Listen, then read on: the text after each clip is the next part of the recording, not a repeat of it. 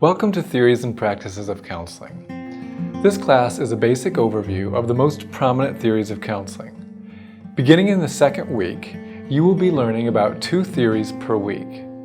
If you've taken an undergraduate course in theories of psychology or counseling psychology, you've encountered these theories before. What this class does is give you multiple perspectives on how to understand people.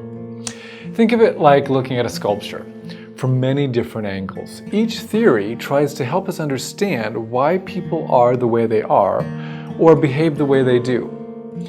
In the first chapter, the author, Gerald Corey, focuses first on sharing a little bit about his own perspective and how he values each of the theories for their unique contribution to the science and art of counseling. He will also share with you a little bit about Stan, a fictional character that you will watch each week in the DVDs and get to know rather well. Stan is a pretend client of Dr. Corey, and Corey shows how each theory might work if it were applied to Stan's case. In the third chapter, Corey writes about ethics as they relate to counseling. If you've not already had a graduate level counseling ethics course, you will most likely be taking that in the spring term. So I won't spend time now discussing something that will fill an entire course later. What I would like to focus on for a few minutes is Corey's Chapter 2, The Counselor as a Person and a Professional. I often ask students, why are you studying counseling? The answers run frequently along a few different lines. First, some students will say that they simply find people fascinating. They may have always been a people watcher and inquisitive about the reasons we do what we do. Those students love to solve puzzles and put things together to make more sense. A second group of students will say that they have grown up in a family where ministry and love were abundant. They feel full emotionally and they feel that they have a lot to offer to others who have not been so fortunate. They want to minister in any way they can, and counseling seems like a wonderful way to demonstrate the love and compassion God has given them for people. Finally, a third group of students will often share that they've had a very difficult road to traverse in life. They may have experienced trauma or perhaps a very dysfunctional home life. Often they have sought out counseling and found it to be very helpful. These students are typically motivated by wanting to give back because they feel that God and/or their counselor has given them so much in the process of their own healing. Of course, there are an infinite number of stories that might bring one to the place of wanting to be a counselor.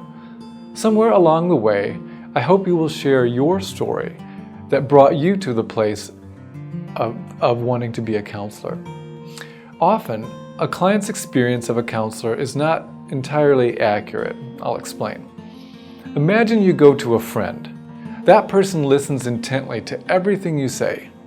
They are always respectful and always caring. They need very little, if anything, from you, but are always there for you and what you need. You can say anything to this friend, and you know that you won't be judged, scolded, or told that you shouldn't feel that way. This friend is calm and gentle. He or she is deeply insightful, but does not push you too hard. You get the idea. Very few people have a friend who is just like that. But that is exactly what a counseling relationship may look like from a client's perspective. So counselors must be perfect individuals and perfect friends, right? Well, if perfection were a prerequisite for being a counselor, the membership would be pretty low. Counselors are not perfect. They do not always have their own lives in perfect order.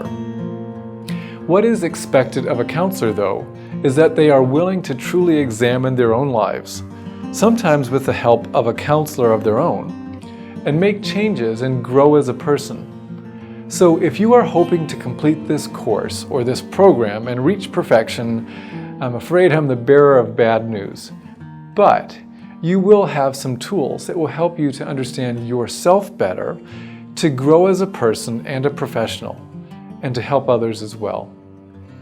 As you read Chapter 2, pay special attention to the personal characteristics of effective counselors and the common issues faced by beginning therapists. Corey does a great job of helping us understand who we are as counselors by first envisioning us as people. You can never take the personhood of the counselor out of the professional. If you did, counselors would be much more like a computer. Interestingly enough, there are some programs that are using computer-assisted therapies where the computer is programmed to respond to certain statements or even body movements and expressions with specific phrases.